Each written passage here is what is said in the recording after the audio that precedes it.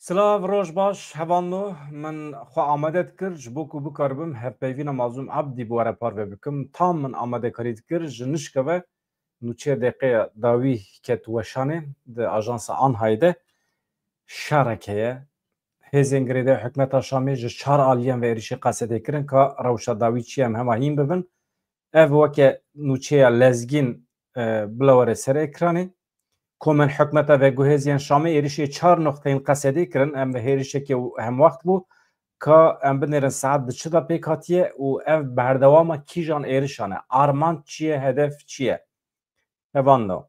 Em dizanin di van rojên dawiyê de êriş li ser êrişan tê êdî di pişwan da dewleta Tirkiye heye, hêzên derve hene û dixwazin di hevdîtinan de hinek zextê bidin ser qesedê û rêveberiya xwe ser vana hemî divê ji nav hev derkevin. Divê mesele zelal be. Çima di divê dema agirbestê de ev hêzên hikûmeta Şamê pêdivî dibînin bikevin nava van provokasyonan. Dixwazin çi bi dest bixin? Di hevdîtinê li Parîsê de ew bihêz bin bi van êrişan. Tam berûva jî. Êrişê ser Elewiyan kirine, Durziyan kirine, niha êdî dîsa dortê Kurdan. Çima dibêjim dîsa ji ber ku beriya ku bikevin Şamê ceribandin. Hêza xwe ceribandin. Dewleta Tirkiye piştgirî da wan heta dewî. Pira Qereqozaxê, bendeva Tîşinê sê mehan şer bê rawestan dewam kir. Îro di vê rewşê de dîsa êriş pêk hatiye, beriya du rojan jî ji xwe çêbibû. Beriya sê rojan jî li Dêrê Zorê dîsa Daişê êriş kiribû. Vana navê Daişê bikartînin carinan, navê êl û eşîrê Ereb bikartînin, li ser navê wan daxuyanî belav dikin. Navenda ragihandinê ya Hêzên Sûriya Demokratîk Qesedê bi daxuyaniyekê ragihand ku berbanga îro vê sibê komên girêdayî hikûmeta veguhêz li Şamê êrişên noxteyên wan kiriye, wan jî bersiva êrişan daye şer derketiye. Navendê di daxuyaniya xwe de ev agahî parve kirin.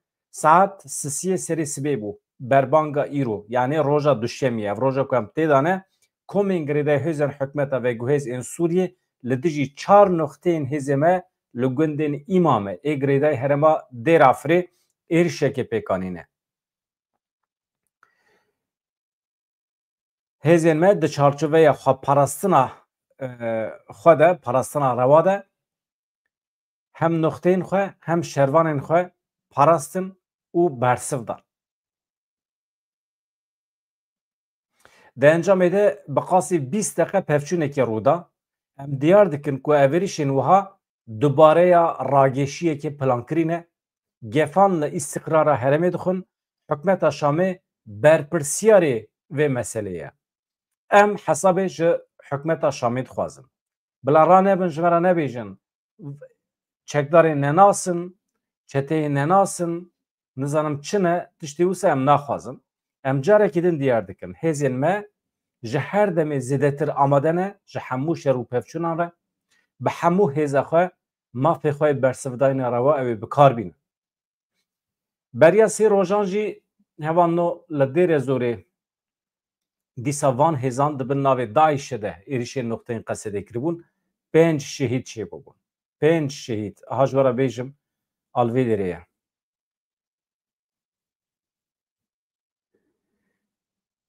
Ev jî ev e.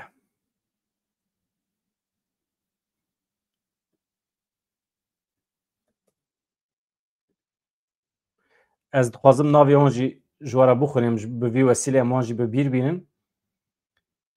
Yani bi vî şiklî heqeten jî ev hêzên girêdayî Şamê yani hêzên Heteşê dixwazin hinek tevlehiyan derbixin. Belkî jî ne tenê ew in. Dewleta Tirkiye li piştwan e yan jî hêzên din. Ev mesela 5 dibêje qesede dibêje ev 5 hevalên me dema bersiva êrişa şaneyekê çeteyên Daişê didan li dijî xalekê leşkerî ya li gundewerê Dêrê Zorê şehîd bûn. Heta dawiyê şer kirin. Êrişa çeteyan têk birin. Navê wan dibêje Wisa ye. Hesen Hemîd Ehmed bi navê din Adem, İzzettin Saîd El Xelefe Yusuf, Emmar Muhammed El Alûş Bêrî, Emmar Muhammed Xelîfe Cûdî, Mazîn Abdullah Xelef Qeyser radgihînin ku mînaka fedekarî li hengê bûn di hemû qadan de parastina welatê xwe kirin. Em soz didin ku tola şehîdê xwe hilînin parastina herêmê û gelê xwe bidomînin. ev hêzên asayîşê yên di nava Qesedê de hêzên asayîşê jî hene, hêzên di nava Qesedê de jî hene, wana ji hev cuda ne.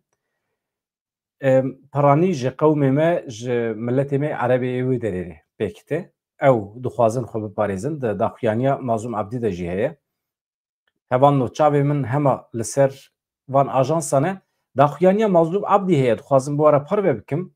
Daxuyaniya wî weke du beş hatiye parvekirin di ajansa Anhayê de.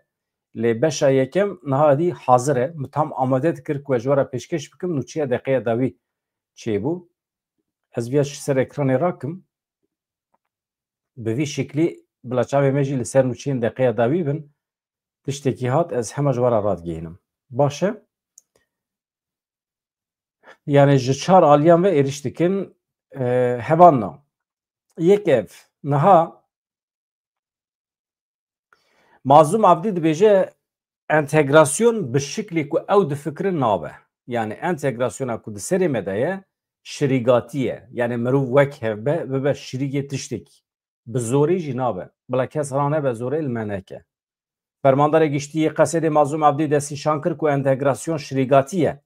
Di navbera hemû pêkhateyên Sûriyê wê li ser esasê şirîkbûnê Sûriyeke nû were ava kirin. Yani Sûriye ya hemî milletan e. Wek hev. Ev yek bi zorê nayê çêkirin. Xelkê dêre zorê, xelkê Raqayê dixwazin xwe bi xwe birêve bibin. Mesela basa Ereban dike, Erebên li Raqa dêre zorî jî dixwazin xwe birêve bibin. Mesela ne tenê Kurdin. Trafîkeke zêde ya dîplomasî heye, navbera Şam û şandeya Bakur Rojhilatê Sûriyêde civîn jî li ser civînan çêdibin. Beriya niha civînekî çêbûbû, beriya du sê hefteyan alozî derketibû di wê civînê de. Sebebê wê alozî jî dibêje. Civînekî ji bo Parîsê hatibû plankirin, ew jî taloq bû. Li gelek deverên Sûrî alozî bin pêkirin di domen nîqaşên li ser destûra bingehîniya Sûriyeyê, pergala rêveberiyê, polîtîkayên hêzên derve, gelek mijarên din hene. Ev têne nîqaşkirin. Ev êrişên vê sibê û nava hefta borî de jî wextê ku li van mijaran zêde bibe, elbet gelek mijar diçin pêşiya Mazlûm Ebdî. Ne rahat e, ne rahat e. Rayedarên Amerîka, Fransa, Türkiye gelek derdorên din jî li gorî xwe meselê şîrove dikin. Lê Mazlûm Ebdî bersiv da hemû pirsan li gorî giringiya mijarê hevpeyvîn wê wekê du beş were weşandin. Di beşa yekemîn de ev mijarê me ji were bas kirin hene. Yani çi bû? Tekîliya bi şamêran hat kîjan astê de nakokî li ser çi bûn? Li hevkirin heta kuderê çêbiye çêneviye. Sîstema pêşaroja Sûriyê û her wiha nêzîkatiya pêkhateyan. Milletên din ên li Sûriyê çewal meselê din êrin. Beşa yekem bi destûra we ez hema ji were pêşkêş bikim hevando. Eger hûn amade bin ji kerema xwe re. Baş e? Yek.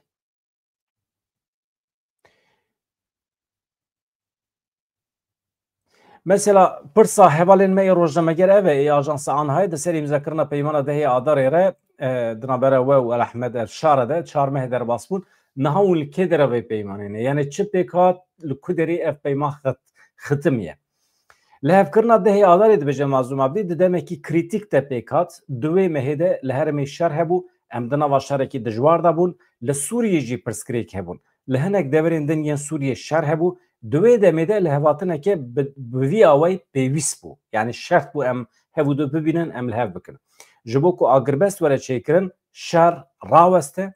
Ji bo pêşî li diyalogê were vekirin, dîsa ji bo ku li hevatineke li ser Sûriyeya pêşerojê pêk were, ev hevdîtina me giring bû. Me û hikûmeta Şamê li ser van mijaran li hev kir.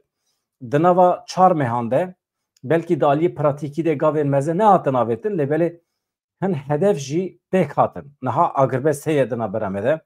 Em dixwazin agirbest veguhere agirbesteke mayînde hevdîtin wê berdewam bikin. Di hinek mijaran de li hevatin çêbiye. Gavên pratîkî jî hatine avêtin. Hevdîtin jî didomin. Biryardariya me heye. Li hevatina dehê adarê yek ser di navbera min û serokê Sûriyê Birêz Ehmed Erşarê de hatiye çêkirin. Me wekî du aliyên Sûriyê li hev kiriye. Ne weke du beşên cuda. Du aliyên Sûriyê wek hev me li hev kiriye. Ji bo pratîzekirina vê mijarê gelek sernav hene divê em bînin bîra xwe, gelek mijarên cuda hene. پێویست بوو هێزێ ناونەتەوی نەهال سووریە ژی بەشدارێ vê pêvajoyê bibin da ku em bikaribin baweyekî salem gavê xwe bavêjin dewletên bi dosyeya Sûriyê re eleqedarin niha tevlî van hevdîtinan bûne em dixwazin bi hev re vê li hevatinê pêk bîne. Li ser pirsekî din jî Mazlûm Ebdî wisa dibêje ji xwe di bersivayê de hûn pirsê fehm dikin ya mihîm bersiva wî ye armanca bingehîn ya vê civînê pêvajoyekê nû bû ew civîna ku me pêk anî li Şamê pirskirêk derket behsa wê dike nehê tîrmehê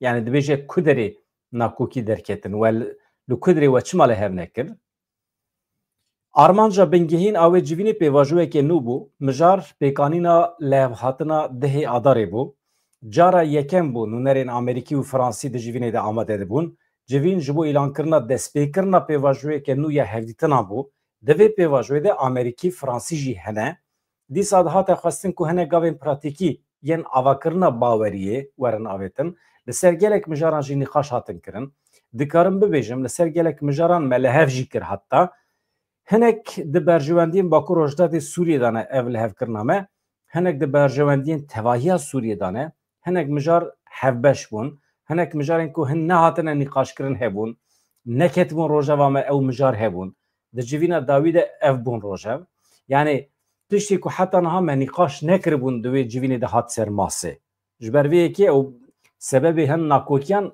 ew e bawer dikim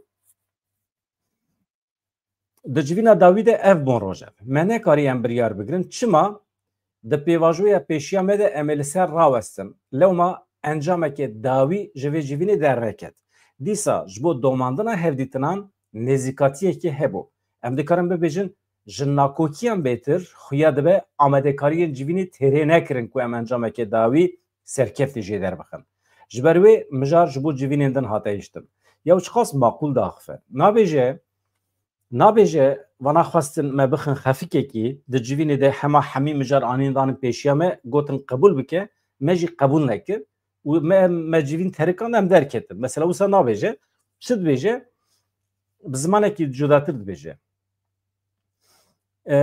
em dikarin bibêjin ji nakokiyan bêdetir xuya dibe amadekariyên civînê têrê nekirin ku em encamekî dawî serkeftî bi dest bixin yani civîn nehatibû amadekirin pêş ta ji me re negotibû binêre ya rastî me berê di nava xwe de nîqaş nekiribû her du aliyan bi hev re nîqaş nekiribûn ji bo hevdîtinên bi vî awayê pêwîst e amadekarî pêş te werin kirin divê her du alî beriya civînê naveroka wê zanibin em ser çi daxivin em ê çi we li hev bikin li ser masê wê kîjan dosye werin baş e yani merov nêrînê hebû du bigire pêş te amadekarî temam be hinek mijarên ku me li ser nîqaş nekiribûn nêrîna her du aliyan nehatibû girtin hatin ser masê hatin pêşiya me veya skandal e mesela skandal e veya xefika tombareke dibêjim bi dewleta Tirkiye li hev kiriye ez ê biçim wana li hev bînim nexeme bana biraxin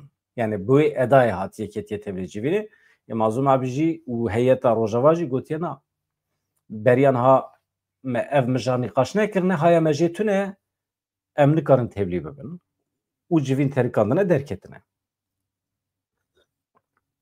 tombarak jî derket piştî wî tonkî rex nekir wa qesede rêveberiya xweser xwe giran dike gavan navêje pêş te naçe ew rexnewî li ser vê civînê bûn Mazlûm Ebdî dibêje em ne ji wan kesan e ku zor li me were kirin me zû da zor li pişt xwe hîştiye êdî em biya xelkê nakin em biya xwe dikin dibêje Mazlûm Ebdî wana mihîm in hevan da merov heta were vê astê jî dibe hêz û quweta mirovan hebe yani hinek mijarên ku me li ser nîqaş nekiribûn nêrîna her du aliyan nehatibû girtin hene lewma zehmet bû ku li wê derê em bigêjin encamekî ji ber vê yekî civîn hatin taloq kirin besa civîna li Şamê dike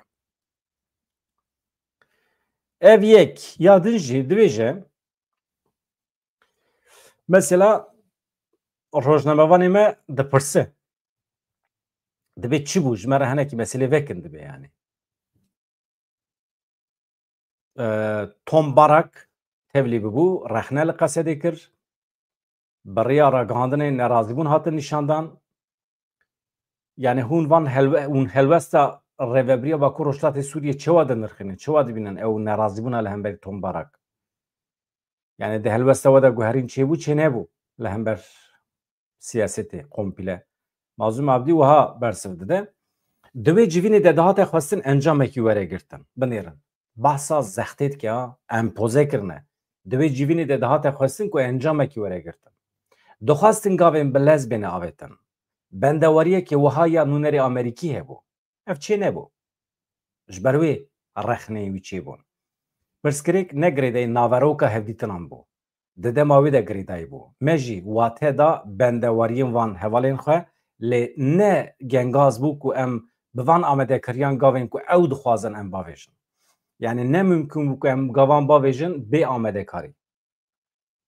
Lê piştî civîna Şamê di navbera min û nûnerê Serokê Donald Trump de hevdîtinekî telefonê çêbû, behsa tombarak dike. Me li Omanê hevdîtinekî çêkir, me hevû didît, ev mijar berfirehî hatin nîqaşkirin. Danûstandina me hem bi birêz barak re, hem jî bi ekîba wî re domiya. Bawerim wan jî fehm kir ku pirsgirêka esasî çi ye? Pêwîst e kar li ser were kirin, dibe em pêş de bixebitin, amedekarî bikin, wisa tevlî civîna bin. Wisa bi empozêkirinê ji derve hema çi were em qebûl bikin, dibe wan jî fehm kir ku em ne ji wan kesan e. Ez bawer dikim ew jî gihîştine wê qenaetê dibêje Mazlûm Abdî.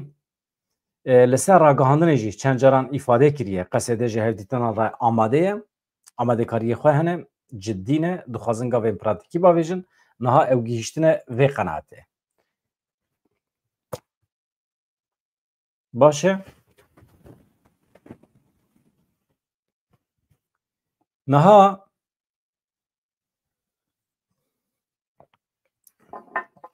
mesela dibêje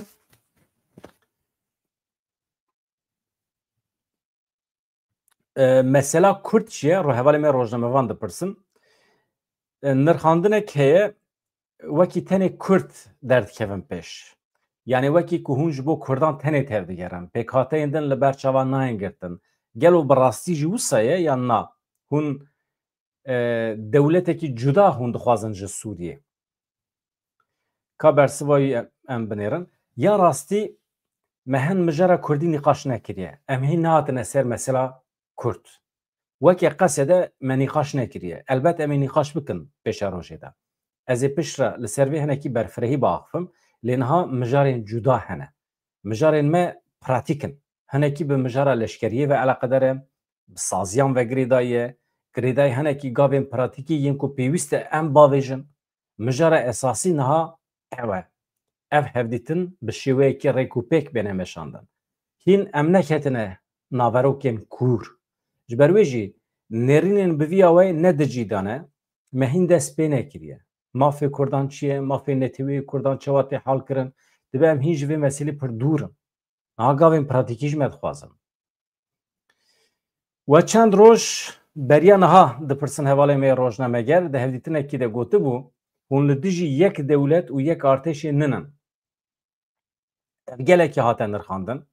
Hin derdoran wekê tiştekî nû binav kirin, hûn dikarin vê mijarê hinekî zelal bikin. Yani çima hûn dibêjin yek dewlet, yek hikûmet, yek artêş. Yani qesta we çi ye di vê derê de? Hevan na. Goy xwe heqeten baş bidinê, vê derê bersivekî mezin tê.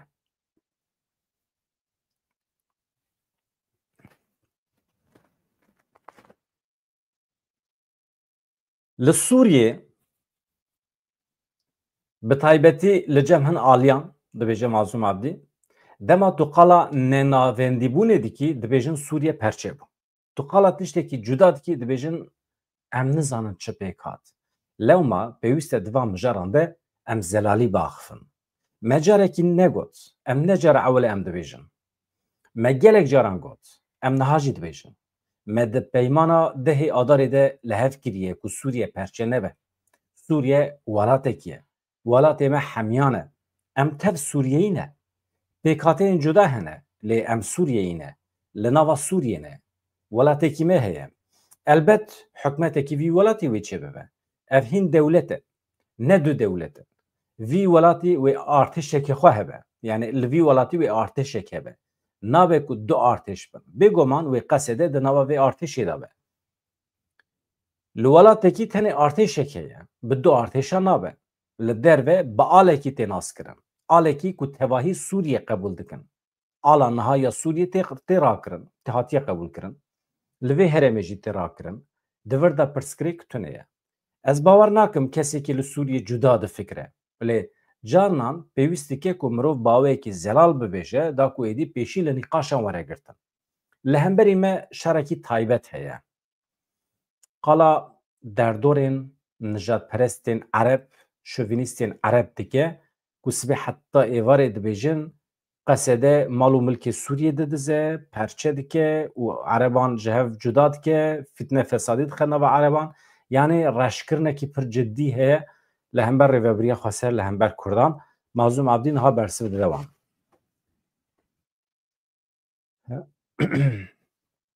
binêrin di vir de dibêje pirskirêk tune ye niha em tiştan rast dayînin holê li hemberî me şarekî taybet heye bi zanebûn bi rêk û pêk têkirin her tim dibêjin ev dixwazin wî welatî parçe bikin ev însan dixwazin dest dayînin ser dewlemendiyên zengîniyên vî welatî û ji xwe re bibin ev tiştên nerastin bi rastî jî stembarî li vê herêmê têkirin ji her kesî bêtir me sînorên Sûriye parastiye li herêmên me li herêmê xwe me saziyên vê dewletê parastine me nehîştiye bêne talankirin me ew xistine xizmeta gel li vê herêmê ji her derê zêdetir Kurd, Ereb, Sûriyan hemû pêkhate bi hev re dijîn yanî Sûriyeyekê piçûk li vê derê heye bi zanebûn bêbextiyan bi vî awayî li qesedê dikin bêbextiyan li rêveberiya Xweser dikin ji ber vê jî me carekî din bawekî zelal anî ziman ku pirskirêka me bi yeketiyî ve tune ye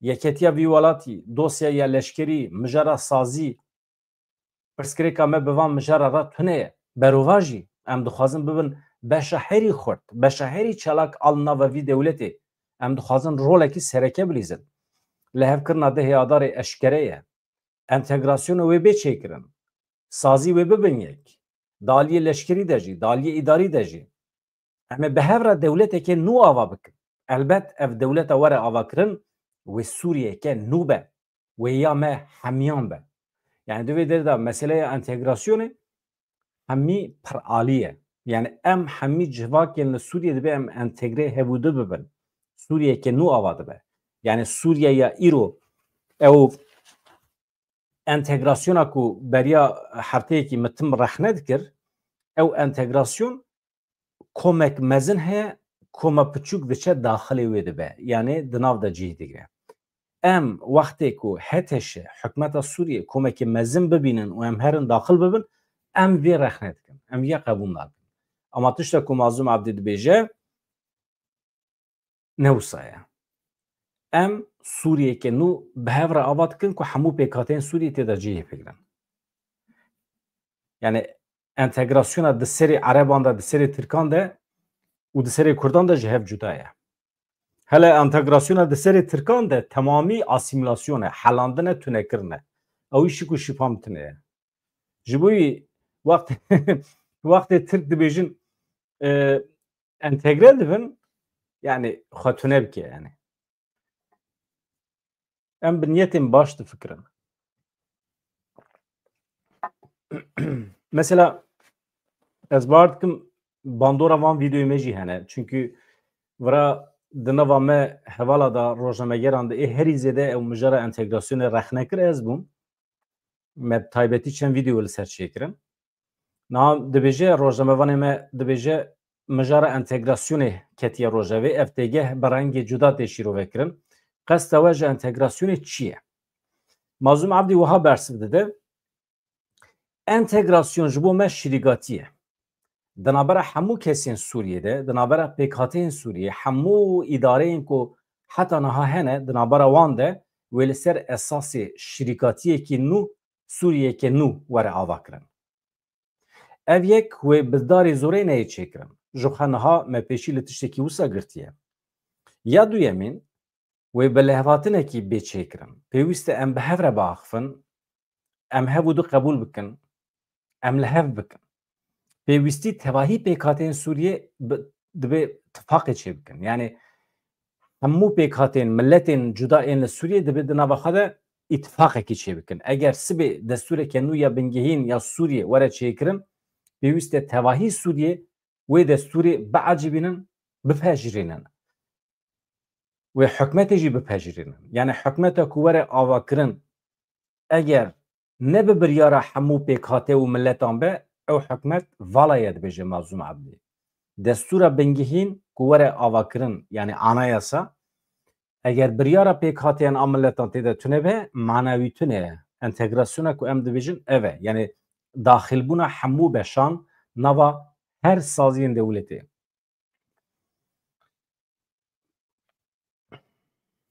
Niha pirsekî din jî dibe divam demên dawiyê de têgeha demokrasiyê heremî gelekî tê rojevê nîqaş li ser têkirin. Gelo ev çawa pêk were? Em bêjin pêkhatê û herem wê çawa karibin bi vîna xwe cih bigirin? Binêrin. Ev jî heqeten meselekî muhîm e. Ewa ku dibêje memûrên me wê ji karê xwe nebin. Yani mesela li Qamişloyê, li Hesekê, li Dêrezorê, Reqayê em bêjin 100,000 memûr hene. Hêzên asayîşê hene. Tu çawa vana ji kar derdixî û vana teslîmê hikûmeta Şamê dikî van saziyan? Ma çawa mümkün e? Ma keve serê we? Keve serê we li Qamişloyê em 100,000 memûrê xwe li saziyên me ê fermî dixebitin? Bîrokrasî dibe, çi dibe bila bibe. Em bêjin hadî hûn derkevin biçin malê xwe em teslîmê hikûmeta Şamê dikin. Yew îsyan radibe. İsyan radibe. Rêvebiran dixeniqîn. Tiştekî wisa nabe. Mazlûm Ebdî çareseriyekê çawa pêşniyaz dike? Ma mümkün e dikeve serê we yani. Di vir de dibe du mijar hene dibe bi zelalî bêne femkirin. Rast e pêkhateyên ku Kurd jî di nav de hene, Kurd pêkhateyekê esasî ya Sûriyê ne, ev mijareke taybet e, çareseriya wê jî cuda ye.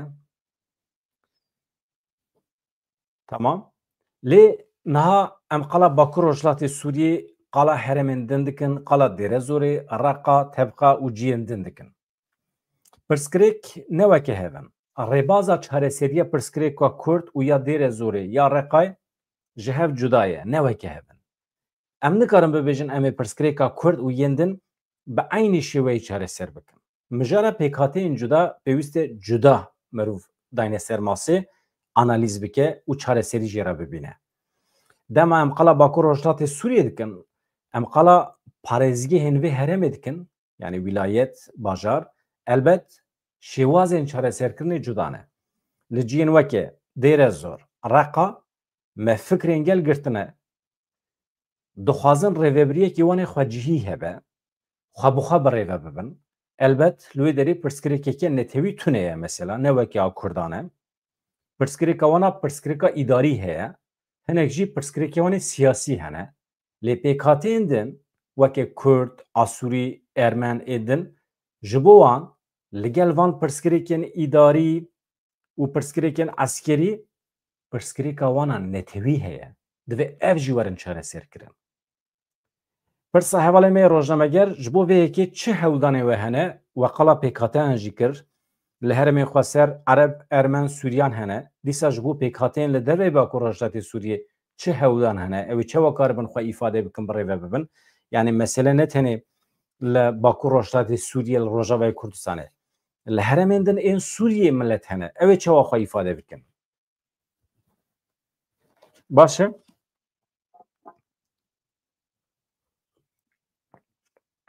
Yani ez bêjim reportajekî balkêş e. Hûn jî fikrê xwe binivîsîne hevalno. Niha ji bo vê yekê hewldanê we falan bersiva wî çi ye? Em dikarin bibêjin hevdîtinên hatine çêkirin wê li ser du astiyan werin meşandin. Astiyeke giştî, astiyeke taybet ya ji bo pêkhatiyan wê bêne meşandin. Em hî neketina mijara pêkhatiya giştî.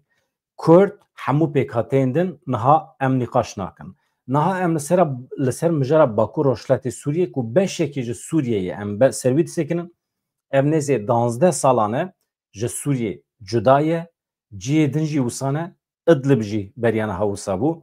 Lewma yek ji mijarê me yê esasî ku em li ser disekinin ew e که امی چوا کاربن جاره کدن یکتی چه بکن در نواخده جبروی ام قلا تواهی هرم سوریه دکن ام قلا مجارن عسکری اداری سازیان دکن ام قلا بیواجوی روبری خسر دکن جبروی نها حکمتک حتی نها کارد مشینه هیه ام نگیشتنه وی آستی که ام بکارم بکیون نوا مجاره مافی نتوان دما مافی نتوان بکیو روژه کرد آسور ارمن حقیوان نتوی چیه چنه و اف حیاته هی یکم آوا کریش بو هفدیتنا اوی باخفن حالا یکم یا پیمانا دهی آدارجی خلاوان مجرد که و دمی امی بکیون نوا دتایان نوا هورگلیان دوی نونرین پیکاتیان بخواه به حکمت را گفتگو بدن دست بیکرن مثلا مجرد که مهمه اوه نونرین پیکاتیان بخواه و حکمتا کوور آوا کرن حکمتی که دموکراتیک اوی پیرا باخفن اما از بار نکم نها مخاطب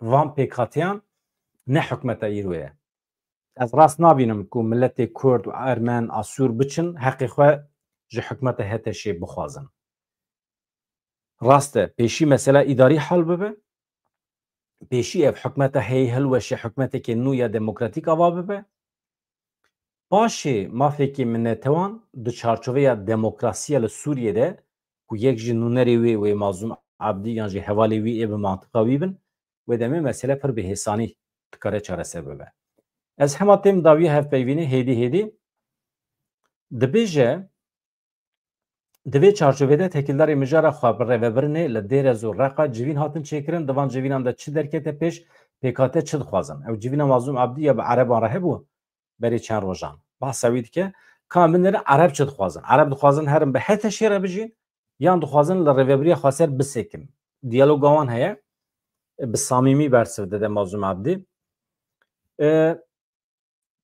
دو آرمانجه سرکه یه وان جوینان هبو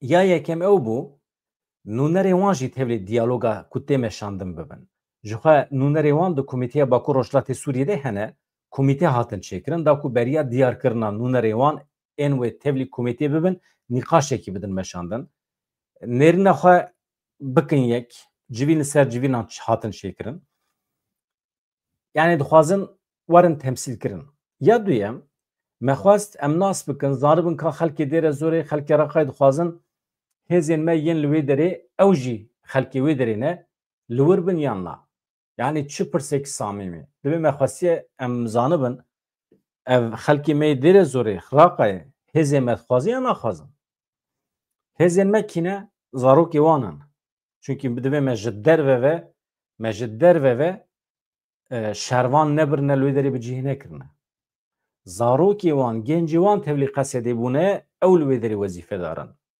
سوپر تشتکی نه خلکی وی داری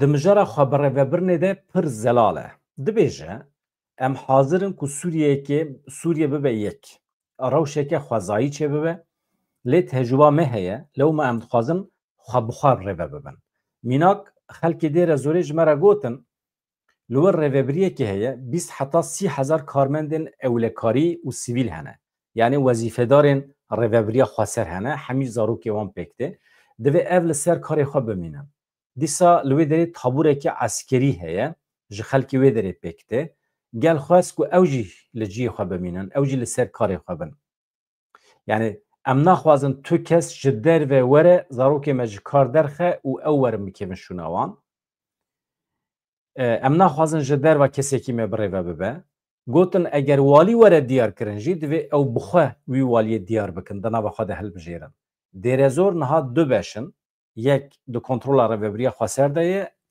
یک جی دو کنترولا روبریا شامی دایه لی گوتن که دوی او بهوره دیار بکن خلک رقای جی گوتن پیوسته او بخواه والی خواه مدری خواه ای اولکاری همی او بخواه دیار بکن گوتن او نخوازن سازین هری پچوک و والاهی چه ببه مترسیا وان هیه اف سیستماتیک نبه یعنی به هفره نهیمشاندن و نگو هر انتگراسیونه ممکنه دیر زوره و که هرمین براوه سویده ببه یعنی او دترسن که والاهیه که چه ببه والاهیه اوتوریته لوی نه قصده بمینه نه حکمت بمینه و هێزên derve werin êriş bikin mal û milkê wan talan bikin tirsa wan jî heye çunku ev eşîretên ereb di nava xwe de jî canan dijminî dikin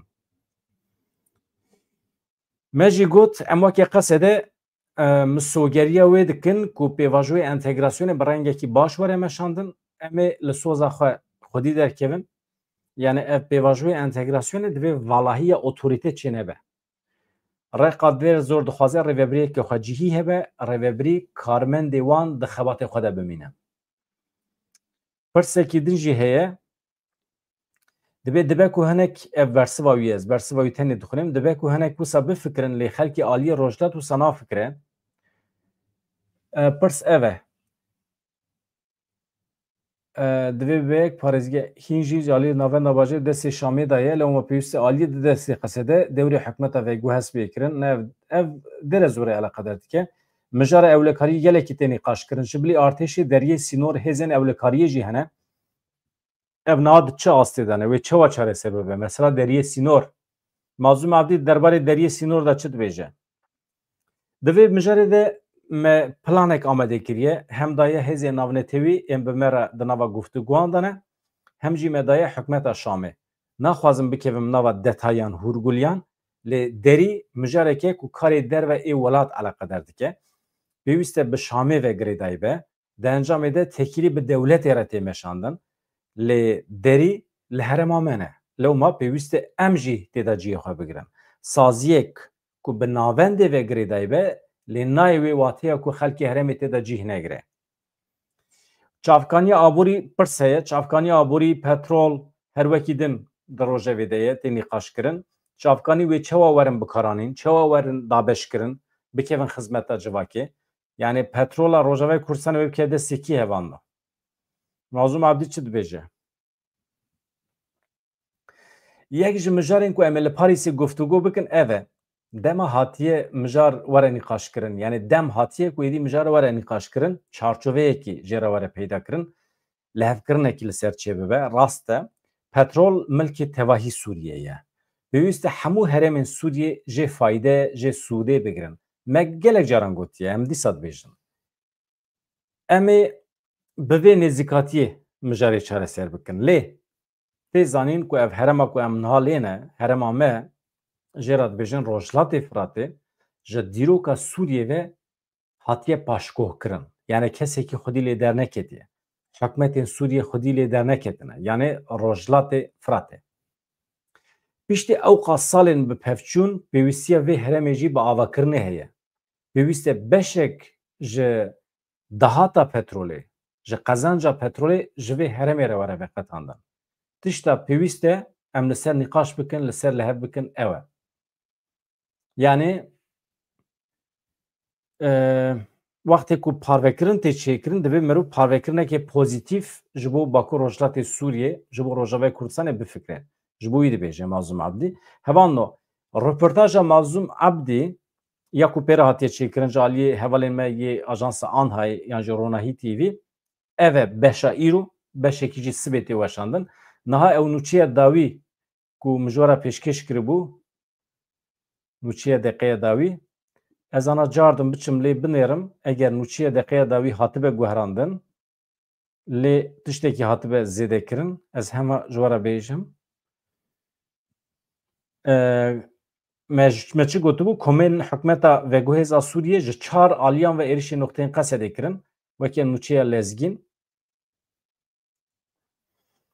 ez binêrim di nûçeyê de guherîn tune ye ez li ajansekî din binêrim hema tamam daxuyaniya Tom Barak heye ez dixwazim hema bi we re parve bikim hevano Qesede dibêje ji hemû êrişên ku tên ser me Wezareta Parastinê ya Sûriyê doh ragihand ku di êrişekê Qesedê de li çoltera Mimiçê çar askerê wan birîndar bûne tiştekî wisa tune û dere û derket Qesede got pêşî wan êriş kiriye wekî din tamam niha ez daxuyanê Tom Barak bixwînim ji we re hevano ka çi dibêje hema deqekî ez vê Viyadayınım. Tombarak. Naha ev camêr çi dixwaze tombarak?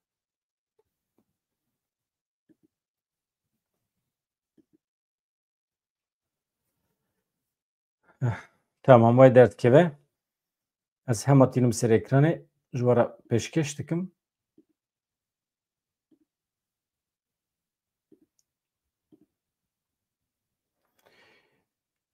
Van rojên em tê dane rojên gelekî germ in ji bo qedera Rojavayê Kurdistanê qedera Kurdistanê haqeten gelekî giring in. Dewleta Tirkiye siyasetekî pir balkêş dimeşîne. Ji aliyek vê sermaya xwe dixe dewrê ji bo Rojavayê Kurdistanê têk bibe, ji aliyek vê siyaseta xwe ya sed salî li Sûriyê dixe dewrê ji bo pergala heyî ji bo pergala heyî serûbin bike. Aslanlar tu vêya ji min re dibêjî yan ji kes hevalekî din re dibêjî? İja ji aliyek vê jî li Tirkiye ji bo hinekî Kurdan wisa nerm bike pêvajoyekê daye dest pê kirin. Ama em dizanin ku dewleta Tirkiye sextekar e. Li gorî rastiyan nameşe. Rastiyan ji raya giştî re eşkere nake. Yani jê re dibêjin taqî ye.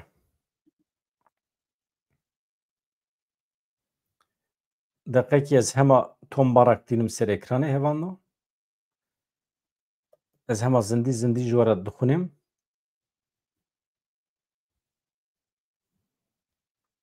Eve.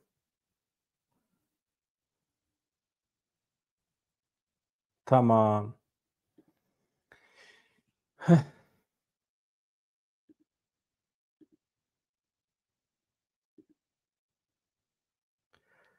Ez hema vêya vêkim. Tombarak. Tamam. Niha hevano ev camêr çi dibêje? Camêrê ku hinekî bîye bela serê Kurda nûnertiya dewleta Tirkiye dike. Nûnerê Amerîkayê karûbarê Sûriye Tombarak li ser pevçûnên li min biçî Swêdayê bang li Durziyan bang li hikûmeta Sûriye bang li Hêzên Sûriya Demokratîk qesedê kir.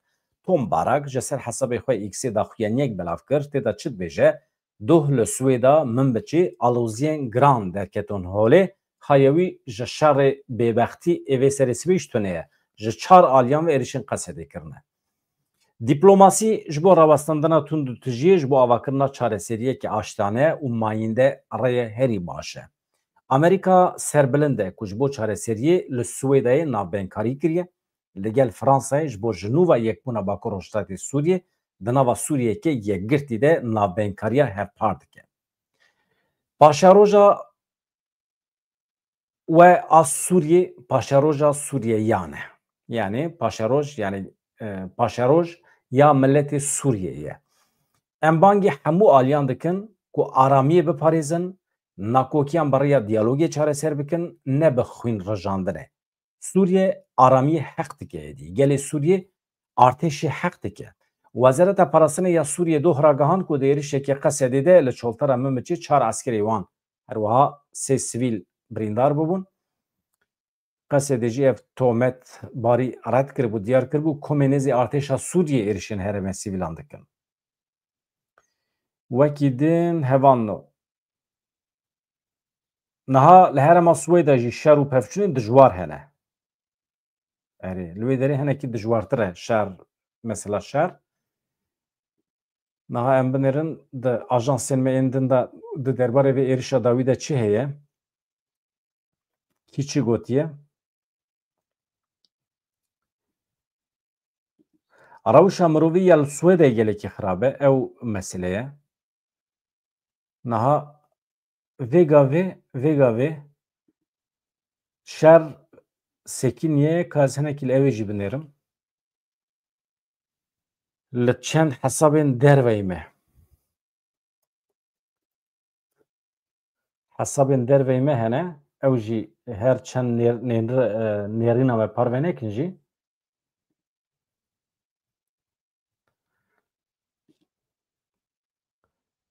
Tamam. Di derbarê Qesedê de daxuyaniyên baş hene ji Amerîkayê. Mesela endamê Kongrê Amerîkayê Abraham Hamadeh heye. Ew jî pesnê Mazlûm Abdî dide, pesnê Qesedê dide, dibêje hêza ku em wekî Amerîka pê bawerî tînin di siberoja Sûriyê de pişta xwe em pişta me jê rast e ew dibê Qesedê ye. Vê gavê nûçeyên deqeyên dawî ev in hevano ez hatim cem we vê gavê ez xatir ji we dixwazim. Tiştekî ji we rica dikim hûn zanin çi ye? Endametiyê ji bîr nekin. Abonetiyê ji bîr nekin. Em dixwazin vê kanala we mezin bikin. Kanal ya we ye neya min e. Di vê navberê de hevalê me Mehmet Çiftçi. Mala te ava heval. Hevalê Mehmet Çiftçi here bî û gelek hevalên din ê ku bûne abone, bûne endam, ê ku peyam şandine ji we hemyara spasiyê xwe pêşkeş dikim. Hûn her hebin. Ez ê êvarê ji we re weşanekî çê bikim. Baş e? Bi hêviya rojên xweş azad dem baş.